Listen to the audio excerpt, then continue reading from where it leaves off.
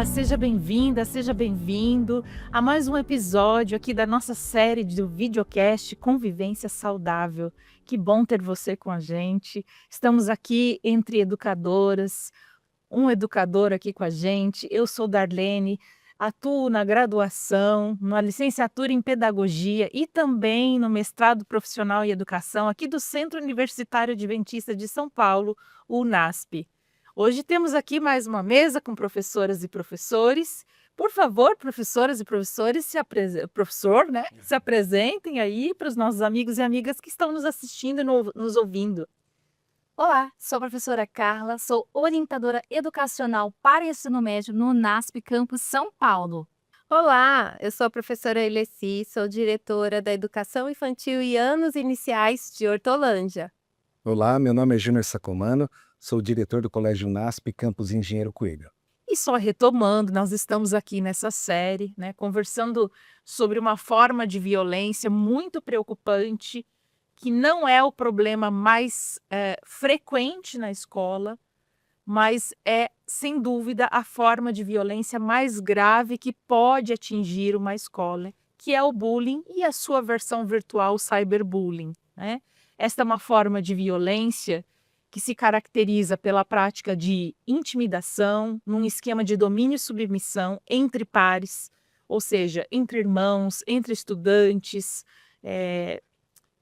onde você tem um autor que tem a intenção de ferir um alvo que é frágil, sendo que ambos têm uma visão empobrecida de si mesmos, e daí eles têm dificuldade de estabelecer relações saudáveis. Além disso, essa é uma forma de violência que acontece aos olhos dos pares. Quem faz bullying quer fazer isso na frente de uma plateia, porém, quem está nessa plateia não é uma autoridade. Vimos em episódios anteriores que o adulto, seja ele um professor, uma professora ou a família, são sempre os últimos a saber.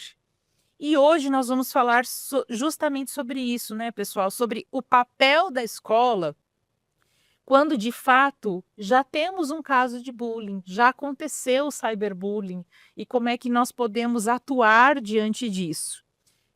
Eu acho que seria importante iniciarmos retomando que no nosso país temos leis acerca da postura que a escola deve ter diante dessa forma de violência. Começou lá em 2015 com a Lei 13.185, a conhecida Lei Anti-Bullying.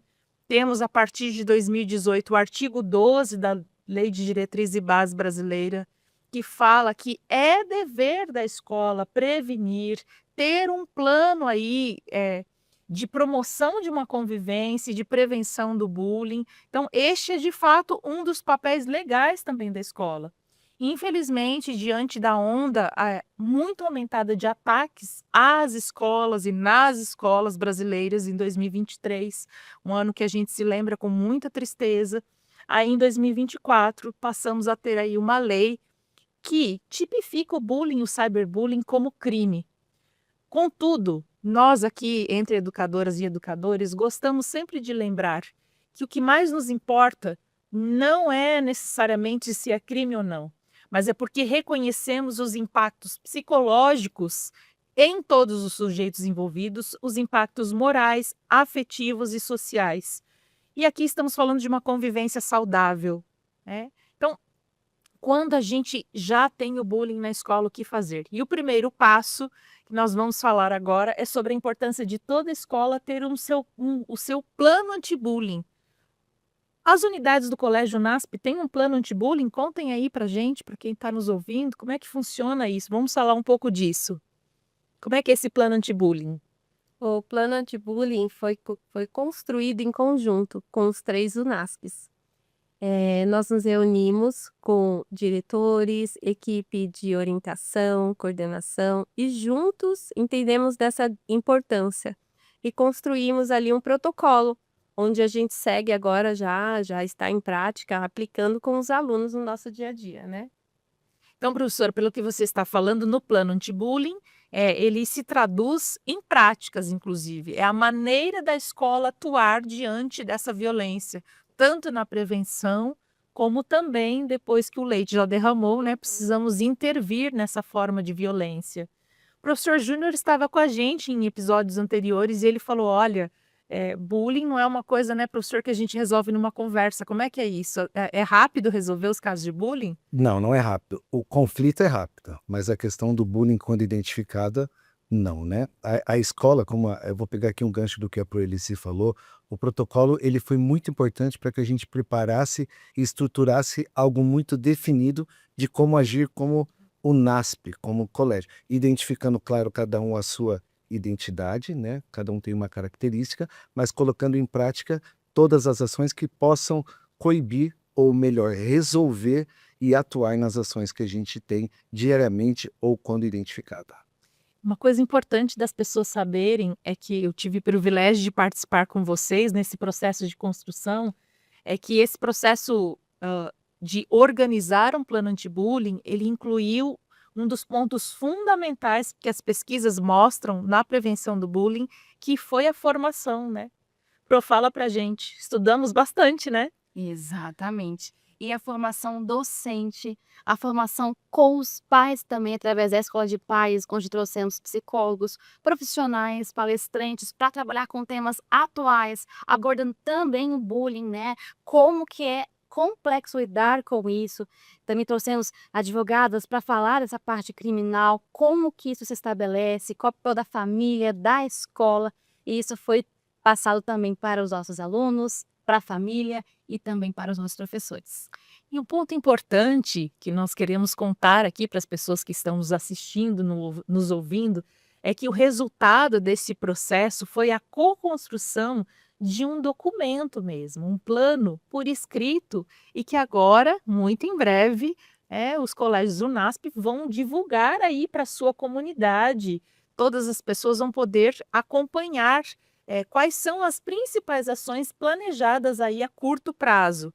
Uma coisa bem importante que a gente conversou, né? Plano anti-bullying não é uma coisa que a gente constrói e está pronto para sempre, mas é justamente um conjunto de práticas, um documento que precisa ser revisitado periodicamente e, muito importante, envolvendo cada vez mais agentes da comunidade escolar na revisão dessas práticas, na construção dessas propostas. Inclusive, um grupo muito fundamental num plano anti-bullying são as próprias alunas e alunos, né, gente? O protagonismo estudantil.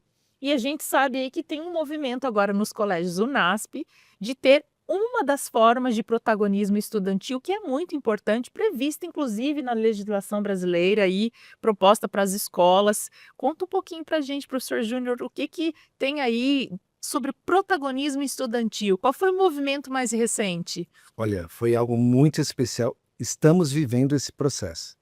Quando tudo começou, que é o Grêmio Estudantil, quando a ideia surgiu, isso foi muito...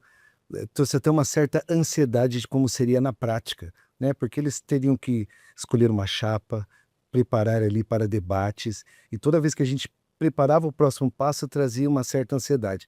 Mas a maturidade do processo e como foi construída, eu entendo assim que o resultado para o nosso colégio tem sido maravilhoso.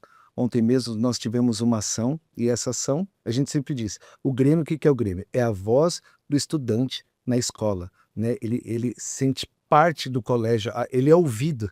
Ontem nós tivemos uma ação dentro de uma reunião e foi muito bom, eles falando, sendo ouvidos, e quando eles saíram falando assim, olha, agora a escola tem a nossa cara, e isso está sendo muito especial para eles e para nós, esse compartilhamento desses momentos que nós estamos fazendo. Sabe, professor, que esse seu relato ele vem muito ao encontro do que todas as pesquisas recentes têm mostrado a respeito disso. Quanto mais a gente promove relações democráticas na escola, quanto mais a gente promove uma convivência ética, maior os níveis de pertencimento. Essa criança, esse adolescente sente que eu pertenço, essa escola é minha. E pesquisas recentes, inclusive agora de 2025, foram publicadas recentemente no Brasil, falam que quanto mais altos índices de pertencimento, menores os índices de sofrimento emocional e de envolvimento com essas formas de violência. Portanto, promover a convivência, prevenir o bullying, sempre é o primeiro caminho. mas sabemos que às vezes, mesmo assim, teremos a ocorrência dessa forma de violência. Então, vamos aí falar um pouco sobre como tratar do assunto quando chega. Recebi uma denúncia de bullying. Vamos falar aí para algum diretor ou diretora de escola, coordenadora, orientadora que esteja nos assistindo. Veio uma denúncia de bullying. Chamo todo mundo junto na sala, é esse o caminho? Não, gente, por que não? A gente trabalha com eles e busca ali, né, identificar e resolver a situação separadamente. Então, nesse protocolo, a gente faz primeiro a ouvidoria ali com o aluno, né, quem aconteceu. Em seguida, chama os coautores, quem participou, as testemunhas, né, e envolve a família também. A partir desse primeiro momento que a gente já descobre alguma situação na escola, a gente já chama a família para que ela participe junto conosco desse processo, né, de identificar e solucionar esse problema.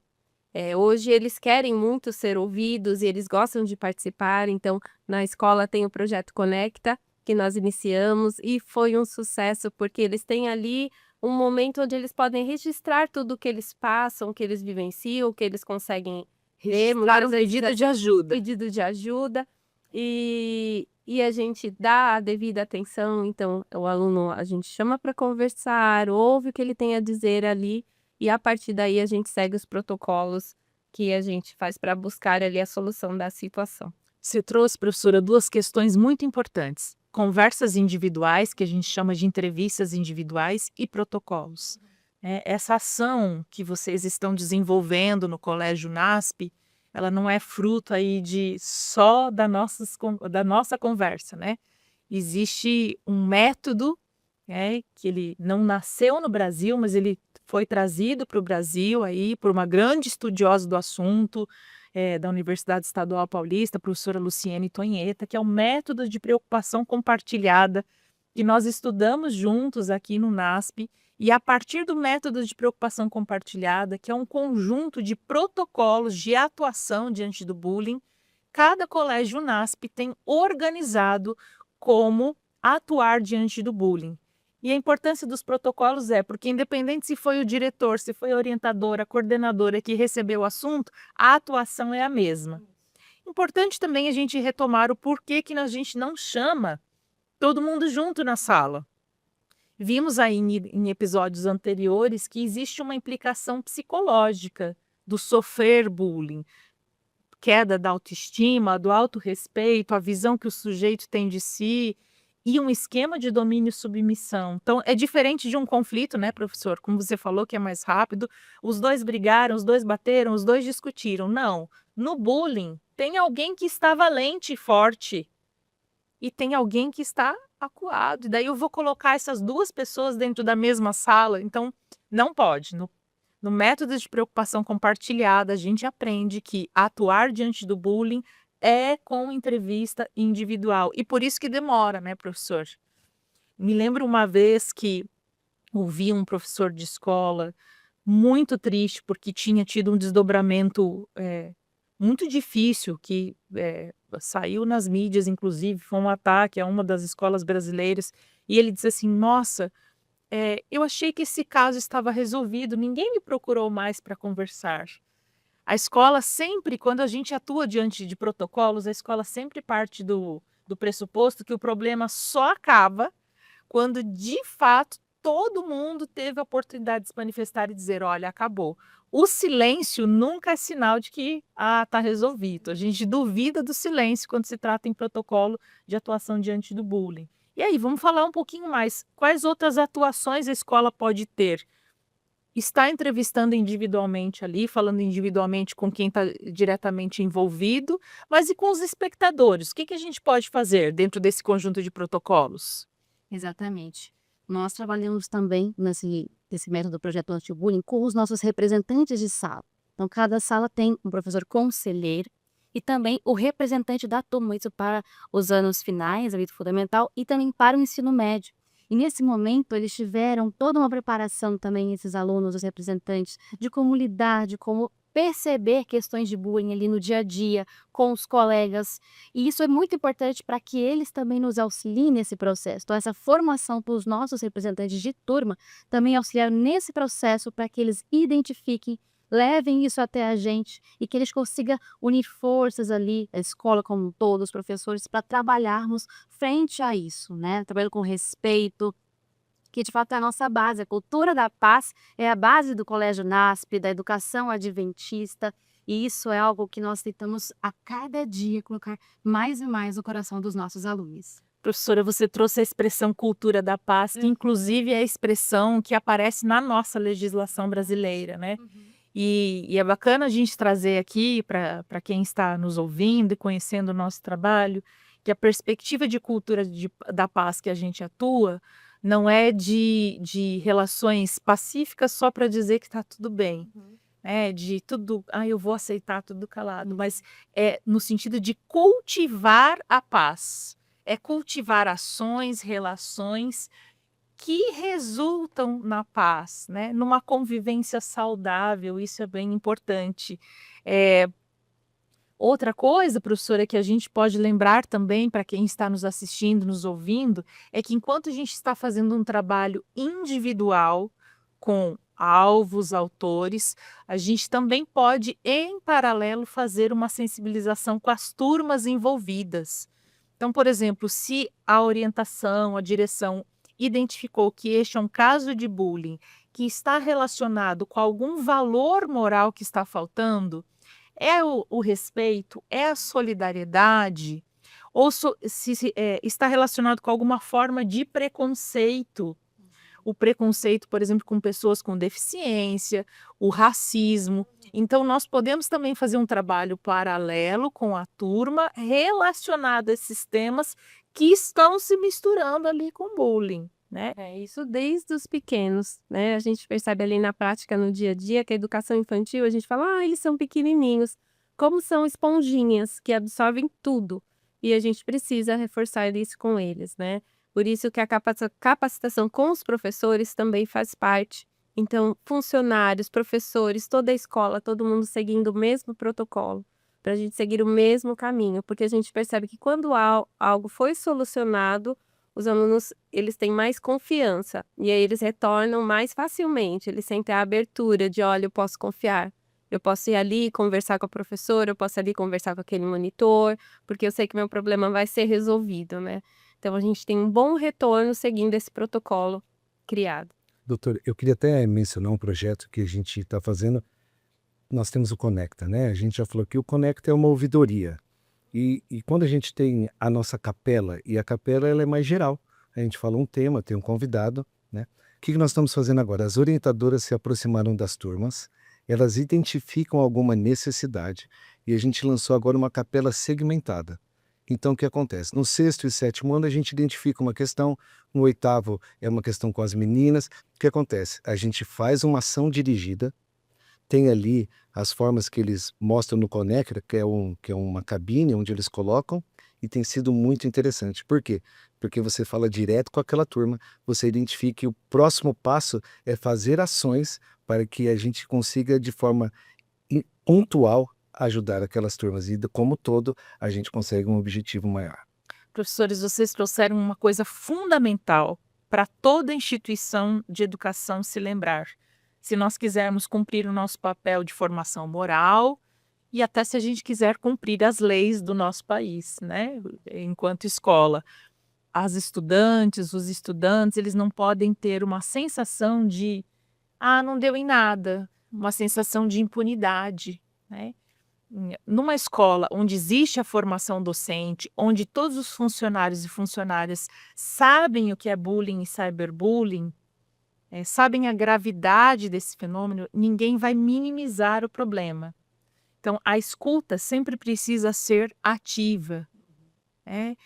Quando aquele aluno chega para mim e fala assim, olha, fulano não para de me chamar de tal coisa. Não liga, isso não é nada, isso é coisa de criança, cuidado. Nós devemos ser aqueles que nunca vamos dar essa sensação de que tudo bem humilhar alguém. A escola não, esse é o primeiro papel, né? E esse conjunto de protocolos muito bem definido é muito importante. E aqui também acho que vale, estamos chegando ao final, uma orientação que poderíamos compartilhar com colegas docentes e de equipes gestoras de escolas é que todo esse processo de entrevistas individuais, todo esse processo de interação com as turmas, ele precisa ser documentado. Muito importante, né? Como um fator protetivo até para a escola, para que se algum momento de dúvida por parte da família ou por parte do Ministério Público, por parte do Conselho Tutelar, por parte de todos os outros órgãos da rede protetiva, a escola diga, olha, vamos acompanhar o processo, tudo que foi feito por essa família. Ter a documentação traz segurança para a família, traz segurança para a escola. Isso é muito importante dentro de um plano anti-bullying. Gente, que privilégio a gente poder continuar estudando e trabalhando junto. E a gente espera aí que você que está nos assistindo, nos ouvindo, se junte a nós do Colégio UNASP, do Centro Universitário Adventista de São Paulo, nesse movimento de prevenção, de combate a essa forma de violência que pode até nas suas formas mais extremas, dizimar a vida de crianças e adolescentes. Que a gente sempre siga aqui, cultivando uma convivência saudável. E para isso, convidamos vocês para assistirem o próximo episódio, quando vamos falar sobre inclusão, diversidade e uma convivência respeitosa. Fique aqui com a gente. Muito obrigada!